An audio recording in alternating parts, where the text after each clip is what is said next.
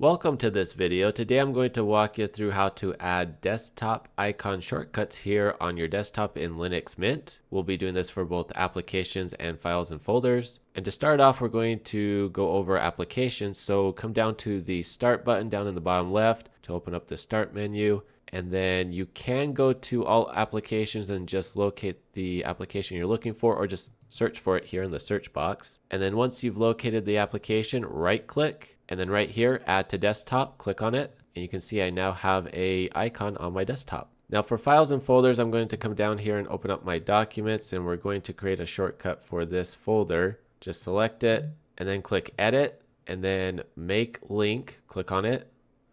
Notice you can click Control M as an alternative option. And then it's going to create this new icon. You just click and drag it. And then whenever you double click it, it will shortcut you to this folder. That's everything for this video, but if you do have any comments or questions, please post them down below. If you like this video, please give it a thumbs up and please consider sharing it. And if you would like to support the channel, go ahead and hit that join button, the subscribe button, the thanks button, or that bell notification icon to get notifications on future videos. Thank you very much for watching. Hope you have a great day.